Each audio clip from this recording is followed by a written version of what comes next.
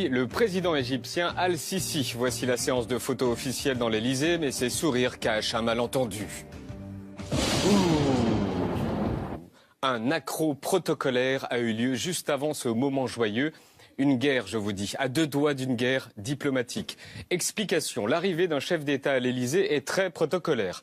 Ça se passe toujours de la même manière, la voiture s'arrête, les gendarmes ouvrent les portières, le chef d'État sort du côté droit, il est dirigé vers un deuxième gendarme qui l'invite à marcher seul devant la garde républicaine, d'où cette image des présidents seuls qui marchent dans la cour de l'Elysée pour être accueillis seuls par François Hollande qui va certainement leur parler du temps qu'il fait. Sauf qu'hier, le président égyptien était accompagné d'une tête de mule qui n'a manifestement pas l'habitude qu'on lui dise non. La voiture s'arrête, les gendarmes ouvrent les portes, le chef d'État sort à droite, mais problème, un militaire égyptien s'incruste. Le Français lui barre le chemin une fois, deux fois plus fermement, et réaction du militaire, il prend la main du Français et la dégage. Dégage. Un deuxième gendarme lui fait signe de stopper, il s'en fout et s'avance dans la cour de l'Elysée.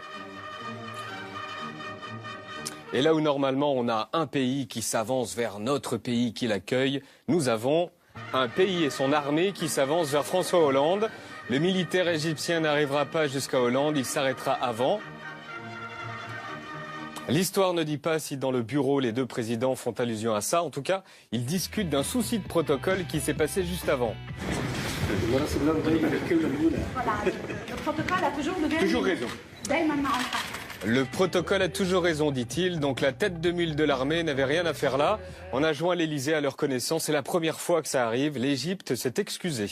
On est passé à ça d'une guerre.